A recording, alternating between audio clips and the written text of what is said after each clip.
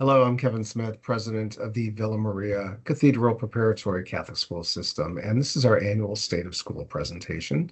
Thanks for joining us for this, and in the next 15 or 20 minutes, we hope to give you a lot of information about our goals and priorities and everything we're working on.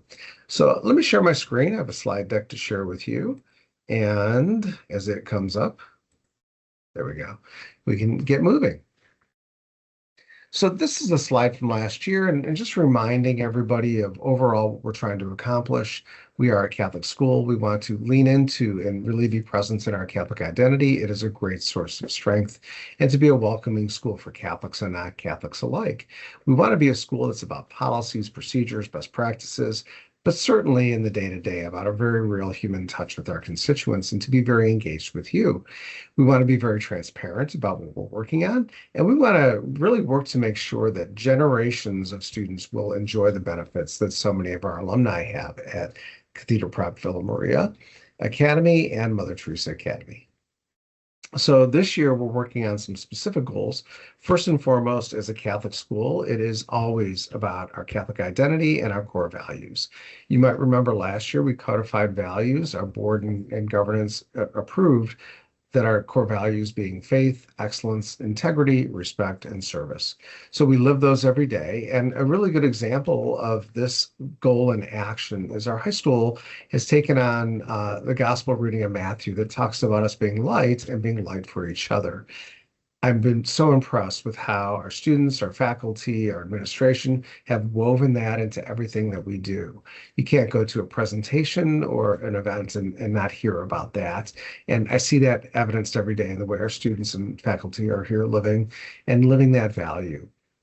Want to give you some updates on program, and I've got a few pictures to share with you there.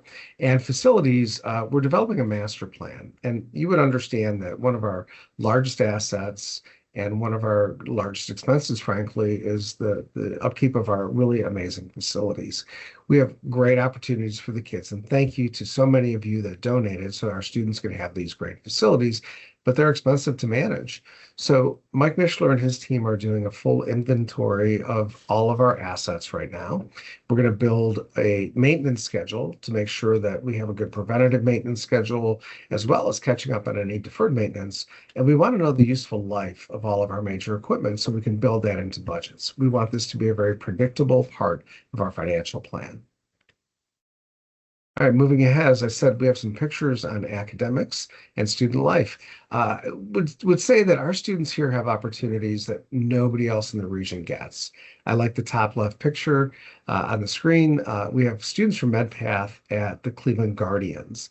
How many high school kids get to go and work with a major league sports team's medical staff to get an inside look at what they're doing to actually enjoy the food? I think lunch was what the players were having that day, meet some players, etc. I can say very few, if any, other students get to do things like that. But our PATH programs and all of our programs really want to engage students deeply in learning and provide opportunities that, again, frankly, no other students get. Frankly, the best opportunity they get, though, is to be with our amazing teachers, and you see some of them here. On the student life side, we want to make sure that our students are given the opportunities to express their God-given gifts and talents. And you see a lot of pictures here of students performing, students working together, service clubs, athletics, music, being there together, cheering on their Rambler teammates and friends. We want to make sure there's a really robust set of offerings, and we continue to add to these. So one example is Model UN came in this year. That was really a student-driven initiative, and now they're out competing and doing great. On the Mother Teresa Academy side, we're certainly trying to emulate and include very similar things and make sure those trickle down to what our MTA kids are getting, likewise increasing their opportunities. You probably have heard that Mother Teresa Academy is going to move.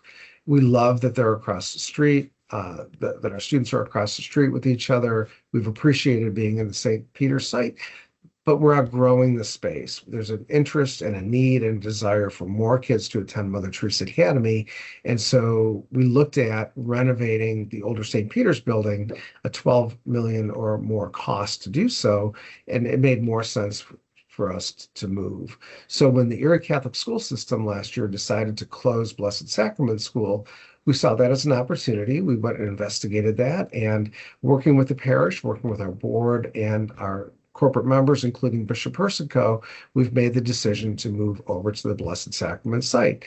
Just as a reminder, MTA is funded completely by philanthropy. And if any of our Prep or Villa alum are concerned, the high school does not subsidize the elementary school. And the elementary school is there for kids to be ready for preparatory high school environments. And we certainly love when they come to prep, but it is not in any way anything but additive to our mission. Okay, a few more goals, fundraising and constituent engagement.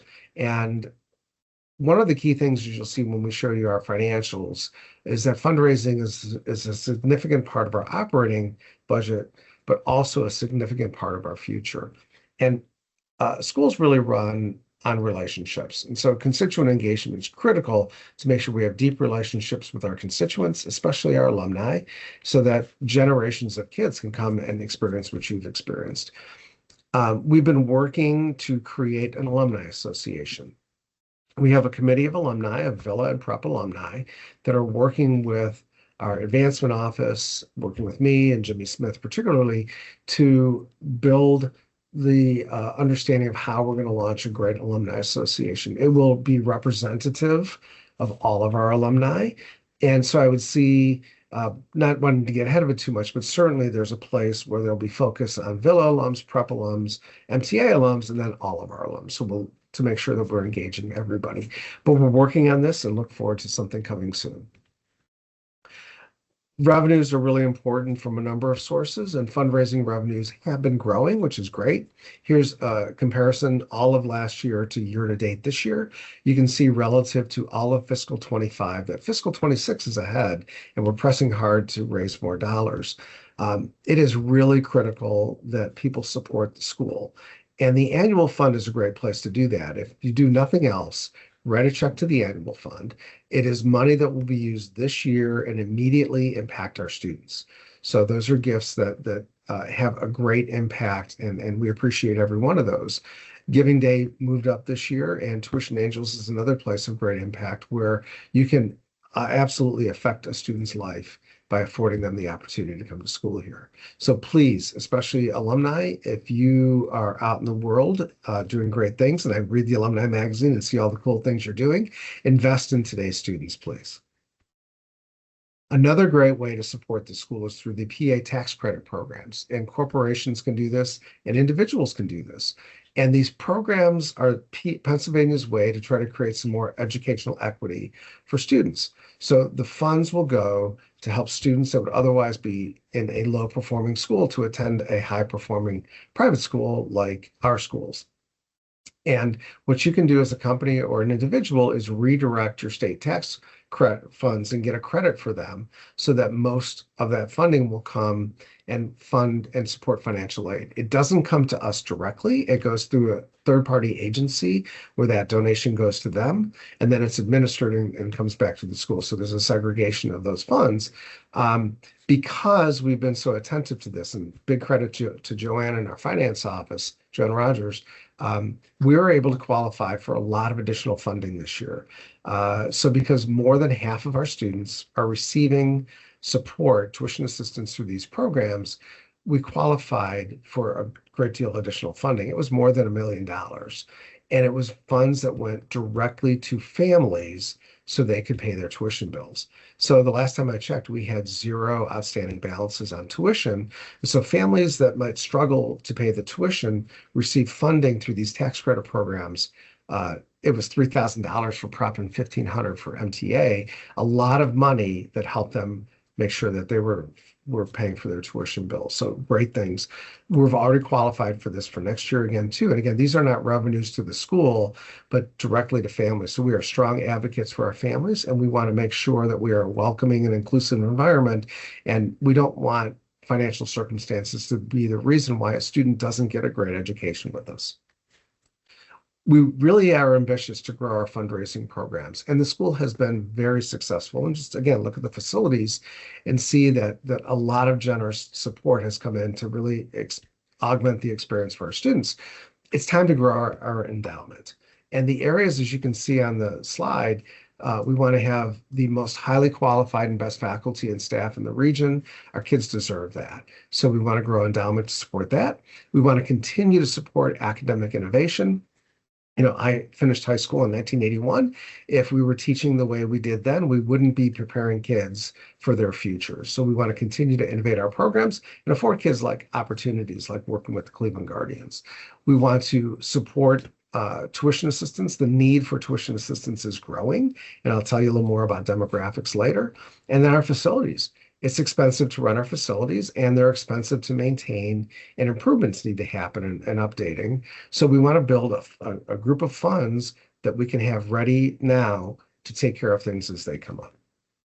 So it's a good segue into financial operations. This is again a slide from last year. I'm a big fan of reading, but also reading great business books. And I really like Jim Collins' work. I think it brings a lot of things to a very common sense level. My favorite book of his is Great by Choice, and it talks about organizations that were structured so they would be successful whether the economy was great or the economy was poor. As a nonprofit, we want to emulate that concept. The idea that our margins are very thin that we run on. We don't produce large profits that we can save and use at times and up and down. We don't live by quarterly, profits and losses, but we want to build an organization that will be here for generations. And that's my job and the board's job primarily, is to be looking ahead to the things we need to do that and be thinking for the long term. So my administration began in 2022. We've come in, and I've mentioned Joanne and others. We redid the financial statements. We were looking at past audits and saw that there were material weaknesses, and they were qualified, they weren't unqualified and unmodified. Therefore, we've done the work, and now our audits are clean. Great work by Joanne and her team and our finance committee. We've reduced our cost, and I'll show you a slide that illustrates that well. We want to be as efficient as we are with the dollars we have and provide maximum value. And again, we want to increase endowments and reserves and make sure we're doing a great job with our strategic plan. So on the revenue side, the picture really hasn't changed when you look at that pie chart. Relatively speaking, the revenues are pretty consistent. And you see the three largest sources of revenue are tuition, fundraising, and our investments. And we do have a robust endowment that we wish to grow.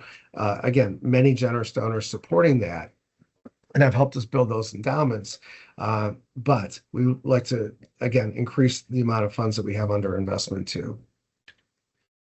And on the expense side, again, the picture really hasn't changed. Depreciation looks a little bit different at 4% difference. That is really about a lot of equipment that was purchased under a grant, including some furniture, fixtures, and I believe technology as well, that is depreciating now, since recently in the last few years, we've added a lot of equipment there. But effectively, most of our expense goes toward our instructional program and making sure that our students are getting a great education. So speaking of tuition and expense, this is a chance to tell you about our tuition for next year. We really work at this. We really work hard to sharpen our pencils and make sure that we're providing value. And these are the tuitions for next year for MTA and prep. So there's different models between the schools. MTA is primarily driven from philanthropy, and all of our families do the financial aid process. And again, MTA is designed for students in underserved areas of Erie who otherwise wouldn't have a Catholic education, and it's really common that those families bring high financial need to the situation, so they get a lot of funding. So it is a top-line tuition that we build financial assistance from, but it's not a primarily tuition-driven school. On the prep side, as you saw from the revenue picture, tuition is the major component of our finances every year, our revenues every year. So it is tuition-driven. And on an annual basis, tuition is going to increase. What I've seen over 20-some years as an executive leader in schools is schools get into trouble if they're not increasing tuition on an annual and moderate basis. Then you see swings. Some schools during the Great Recession froze tuitions or reduced them. A couple of years later, they were throwing out 15 and 20% tuition increases because they got themselves in financial trouble. So just like all of us in our personal lives, inflation has an impact, costs go up. It's the same for us. And we work to control our expenses. At the same point, it's just more expensive to run the school day in and day out and invest in our students. So the total increase in cost will be 3.9%. 3% of that is specific to tuition. And you see the figure there over many, a couple of, or a decade and a half, tuition has gone up 4.4% on average per year. So it's a more modest tuition increase. And as a reminder, last year we did increase our maximum financial aid awards. So as tuition is increasing, families that need tuition assistance, we're working to stay committed to them. This year we also eliminate our non-Catholic fee. And to explain that, many of our alumni watching this attended school and were subsidized by their parishes. That doesn't happen anymore. So it made a lot of sense to have a fee since subsidy wasn't coming with students for those that weren't coming with subsidy. I hope you're following the logic in that. As we looked at this, it's a vestigial piece and it's not really relevant anymore to do that. We still do get a stipend or a subsidy from the diocese, and we appreciate their generosity and support, but the magnitude of all the subsidy is reduced over time. The other thing is we know we need to broaden our reach, and we're working hard to attract more and more students, and you'll see the demographics are reducing in the area for schools. So there are just fewer school-age kids and fewer kids attending Catholic schools. So as the area Catholic schools likewise have seen that demographic shift and their schools have gotten smaller, that translates to us because typically 60% of our students annually are coming from the area Catholic schools, the elementary schools in the area. So we're broadening our reach, and we're trying to reach out to more public school families and families that wouldn't traditionally look at us. Good news, the early returns are that we had a lot more public school families attend open house, and I've been watching our student shadows. We're seeing a lot more kids shadowing the school too, and trying to see the great value that's here. So we eliminate the non-Catholic fee. And we think that's a good piece to try to attract more kids, and more kids are good. We want to have a very stable enrollment. And then we're also eliminating entry fees for athletics and theater. So in students, instead of coming to a basketball game, a football game, a wrestling match, etc., and having to pay $4, your student ID will get you in next year.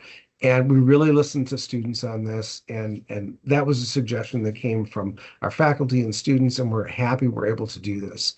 So we'd want to not have a barrier to participation. We want our kids to come and support their classmates and really enjoy the full life of the school. So that's happening as well. The last note I would make on this is when you look at the tuition, I fully understand, we all understand that $13,000 is a lot of money. If you look at the value of the school, when you compare us to other schools in the region, I know this is not specifically relevant, but I think it is relevant.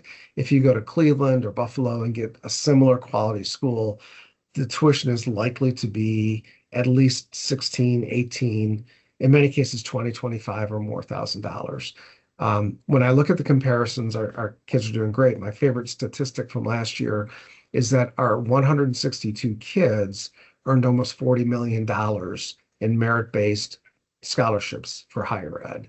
And I look at schools that charge a lot more than us, where the kids are earning about half that on average. The school's doing a great job, and I think we're a great value. Okay, and speaking of value, you see that our tuition at $13,175 is not equivalent or equal to the cost to educate. So as we did our projections and our pro forma forecast for next year, we're estimating the real cost to educate will be closer to $20,000, as you'll see, $19,895. But tuition is $13,000. That's why fundraising is so important to fill that gap. We want to keep the school accessible to as many people as possible, so the lower tuition cost affords more families the opportunity to come to the school. And again, we have to fill that with fundraising, so please support us in that regard. I also want to draw your attention to the blue line on that graph. As expense is increasing, as cost is increasing per student to attend the school or to fund the student cost, expenses generally are staying flat.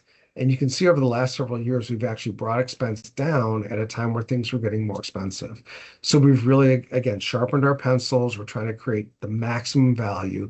But as that delta grows, we have to raise more and more money. And we want to keep, again, expenses very low and provide high quality education to our students. So I like to benchmark. And when you look at Erie, there's just really not a lot of good benchmark schools. When I ran schools in Denver and Chicago, for example, there were dozens and dozens of schools we could compare ourselves to. Here, the comparison really, I'm looking at the information from the Department of Education. This is a yearly publication. This is a trailing statistic or trailing value to last fiscal year. But to interpret this, if you were attending or living in Mill Creek but wanted to attend Fairview, you would have to pay tuition if the school allowed for that, if Fairview allowed you to come. And this would be the cost if you were doing that. This is the elementary cost, and you can see MTA is a great value even at the full tuition cost. And at the high school, in a very similar way, you can see that we're really positioned well in the local region as far as our tuition cost. Really close and almost equal effectively for most of the districts and the other private options in the area. All right, last couple slides. A lot of what I've said may already have you understanding the conclusion that we are experiencing some financial tensions and pressures as we're moving forward. I had already mentioned demographics and enrollment trends are working against private school enrollment in the area, so we're working to overcome that. Inflation continues to affect all of us, as we know, and we're not exempt from that because we're a tax-exempt organization. Facility expense we've talked about is expensive, and debt service, which we haven't mentioned. So debt service is something that is a burden that we carry. When the event center was built, there was long-term debt that was associated with that. And just a few years ago, in 2020, 21, as the school was doing the renovation to add this Allotted Technology and Innovation Center and all the other upgrades at the high school, a significant amount of debt was carried from that long-term debt. So it is just one thing that we're working to manage. We can overcome that expense, again, by increasing revenues. And there's also that possibility in fundraising. We've seen where other organizations have had donors that stepped forward and reduced or eliminated that debt. All right, so how do we manage all this? We grow revenues, as we mentioned, we manage expenses, and we increase assets. And I like this slide because when I was a boy, I read Aesop's Fable of the Grasshopper and the Ants. It was really striking to me. If you know the fable, the grasshopper's out having a great time. It's a beautiful summer day, and the ant's putting away its stores for winter. Grasshopper says to the ant, "What are you doing? It's a beautiful day. Aren't you enjoying it?" And the ant says, "Well, got to be ready for when the weather turns," basically. And then later on, it's winter, and I will not forget the image of the grasshopper out there freezing in the snow, and the ant's just kind of chilling in its place and enjoying its food. As a nonprofit, we need to be an ant. And it's one of the ideas that I think I've brought to the school and understanding is that for us to be successful over time, we have to be moderate in things we do and build up reserves in stores. And to make sure that we're living within our means and that we're being prudent and good fiduciaries of our assets and always working like the ant to be ready for that next day, which is, again, consistent with that great by choice mentality. So just to wrap up, thank you for your time today. Current families, please make your deposit and sign up for next year. If you haven't received it already, you'll be getting a letter from our board chair, Chris Clark, and I with more information about this. If you're applying for financial aid, those applications are due by March 1st. Please, again, I'll make a pitch, please support fundraising. This is a video intended to give information, but I'm not doing my job if I don't ask you to support our students today because they are amazing. It's awesome here every day. And tell people about your experience with prep and about the great things that are happening here. And I just will emphasize again with exclamations, I love what I do every day. It's great here. All right, if anything I've said has piqued your interest, if you want to be in touch with me, there's my contact information. Send me an email, give me a call. I'm happy to give you more information about this presentation, or if you have great ideas or want to get more involved, please reach out to me.